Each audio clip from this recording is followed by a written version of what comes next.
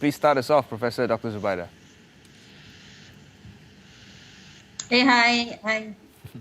Good morning, everyone. Morning. Yes. It's good to see that Professor Doctor is in a good mood today. How are you doing, Professor? I'm good, alhamdulillah. Yourself, Terence and Nabil, how are you doing? As good as can be. As good as can be, that is right. Good. First of all, Professor Dr. Zubaida, maybe you can tell us what is grief and maybe how does it affect a person, Professor Doctor? All right. Okay. So first of all, grief is basically a strongly unpleasant emotional state. It is also usually associated with loss or any deprivation. Okay.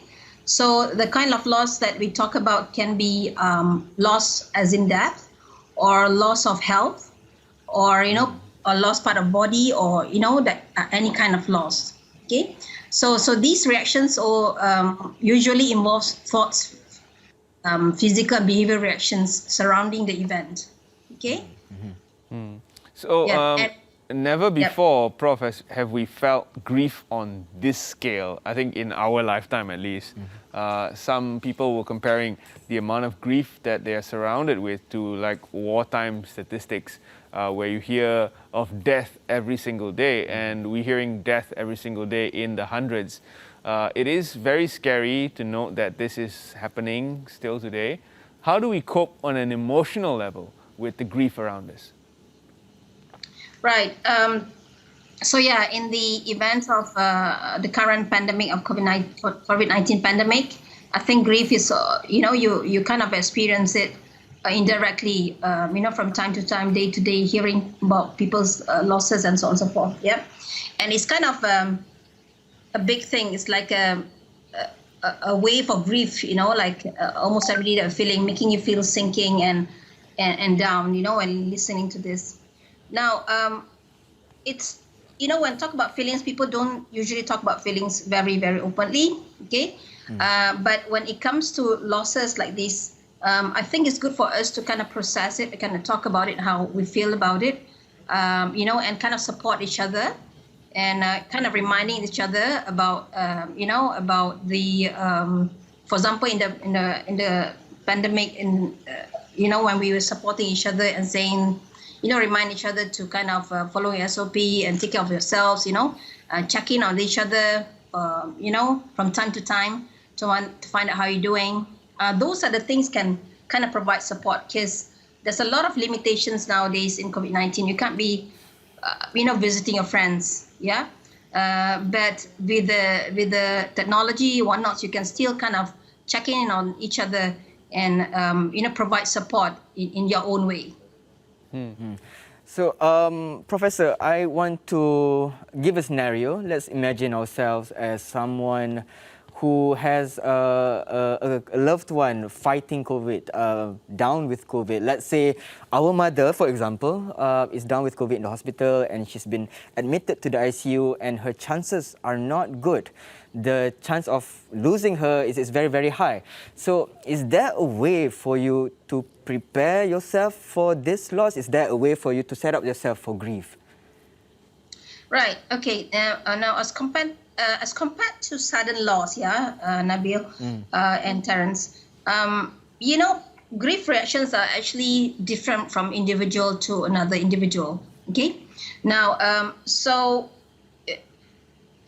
this is the situation that described me is like impending loss, and as compared to sudden loss, an impending loss somehow gives you an idea that this person or your loved ones will go, So there's a heavy kind of acceptance there in a way, and but if you think that like sometimes when you go through this, sometimes you go emotional and sometimes you go rational, up and down.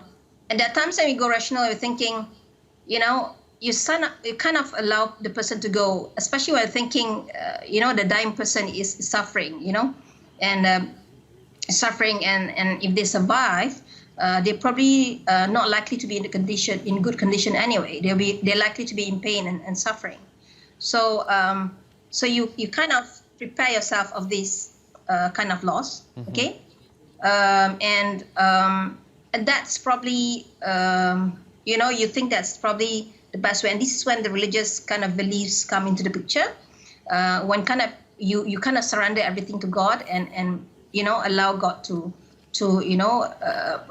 Malay word called redha or accept. Okay. You know that what if it's like this and that, it's all in the God's good hands. And that helps you to actually preparing yourself for this kind of grieving process.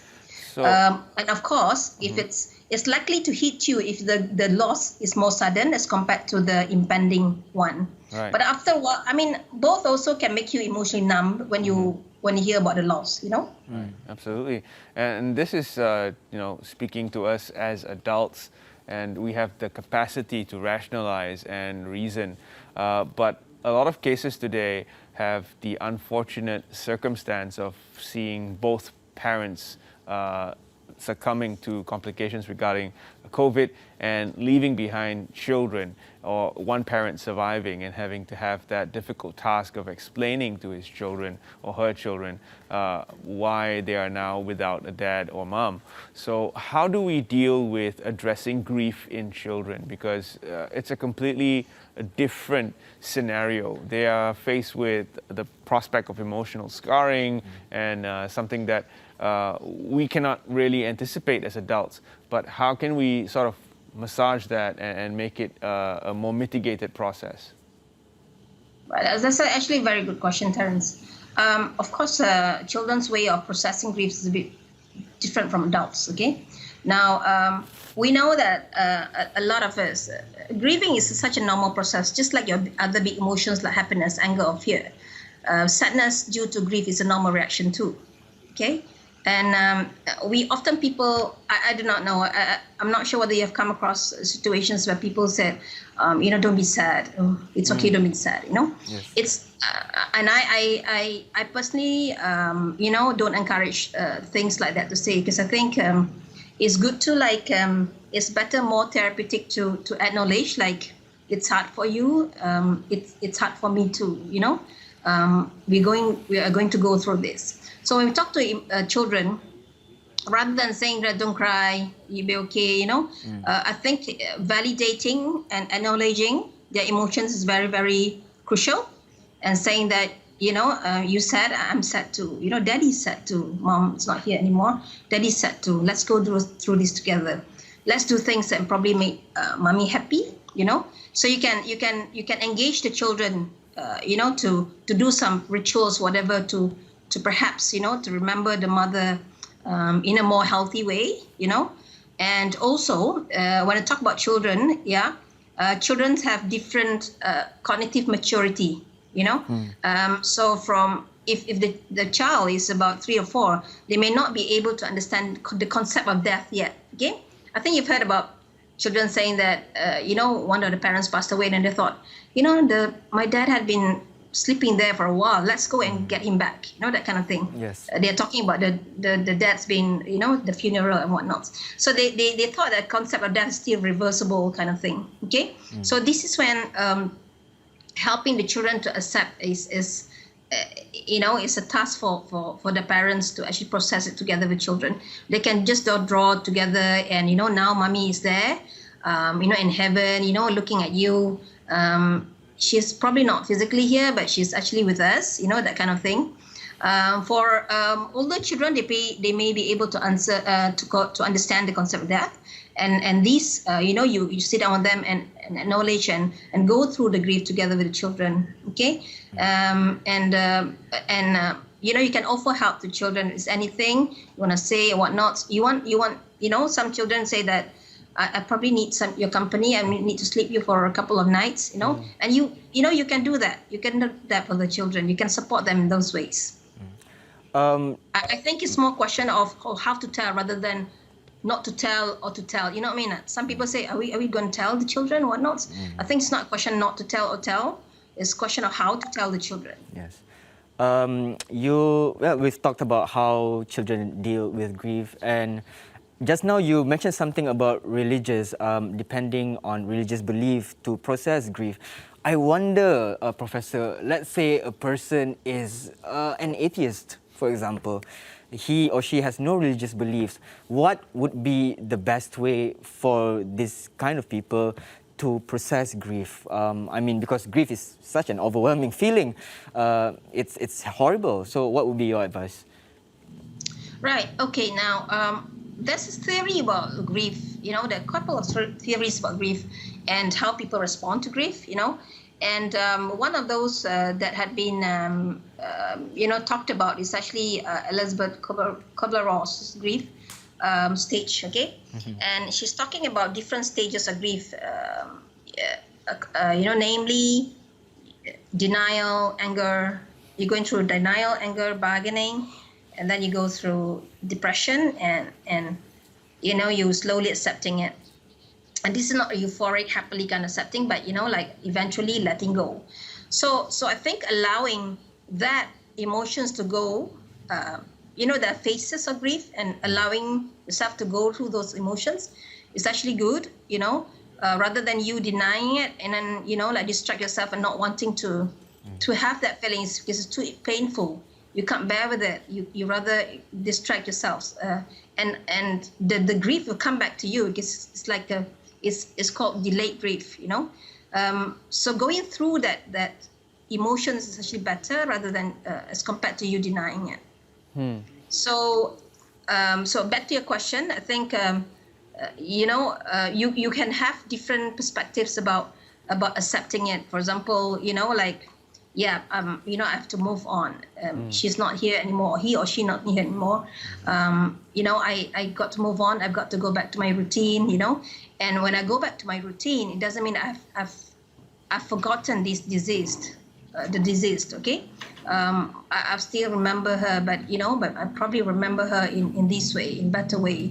That I believe that she's a better place. Something like that. In facing this grief, we are also faced with the unprecedented prospect that the same situation might happen to us, because unlike anything we've ever faced before with COVID, it could happen to anyone. Doesn't matter how healthy you are, you can still get infected. So how do we keep that at the back of our minds and still have to deal with the loss of someone? I think it's a conundrum that no one's ever faced before, except this generation currently alive today. Right. I think no one would want to go through this, and you can never know whether you will go through or not. And I think you can never prepare yourself like perfectly, to go through this. When it hits you, I think it's good to know that the process is something normal. Some of the people that I saw in my clinic thought that they're going crazy, that they started to they started to imagine that the person's coming back and so on and so forth. So I would like to tell that it's a normal process. Grieving reactions is unique and different from one individual to another individual. It's a normal process, and allow us, to feel it and talk to someone. Right. Talk to someone about it. You can see that sometimes, because I said it's different. Some people like eager to talk about the disease, yeah.